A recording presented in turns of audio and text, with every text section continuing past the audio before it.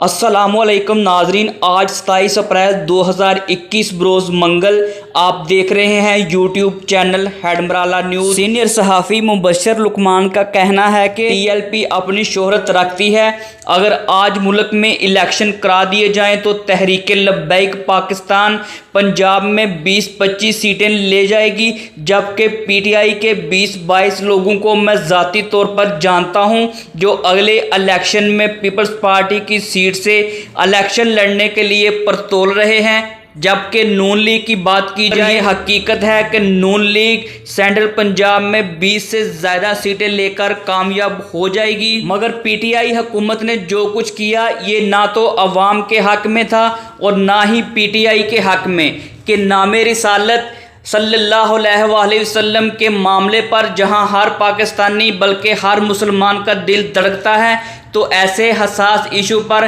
तहरीक लब्बैक के एहतजाज में रद्द अमल के तौर पर इसे कालअदम करार दे दिया, जो कि गैर कानूनी तौर पर भी गलत है और अखलाकी तौर पर भी हुकूमत को ऐसा नहीं करना चाहिए था। मुबशर लुकमान का कहना था कि मुझे नहीं मालूम कि हुकूमत को मशवरा किसने दिया और अजलत पसंदी में ये काम क्यों और कैसे किया गया, जो कि मुकम्मल तौर पर हुकूमत के ख़िलाफ़ गया। इस वाक़े से पहले तहरीक लब्बैक की जितनी पसंदगी थी उससे ज़्यादा अब उनकी और काबिलियत बढ़ गई है, और अगर आज मुल्क में इलेक्शन कराए जाते हैं तो तहरीक लब्बैक के लोग पीटीआई के लोगों को शिकस्त देकर मैदान में जीत जाएंगे। इन्होंने मज़ीद कहा कि इस हुकूमत ने गरीब लोगों को रिलीफ देने के लिए कुछ भी नहीं किया और पीटीआई ने ग्रोथ बहुत की है और इसके लोगों में इजाफा हुआ है, मगर इसमें सियासी बालिदगी और शोहर नहीं पंप कर सका और अब भी अजलत पसंदी और जज्बाती फैसले करते नज़र आते हैं और इसके बाद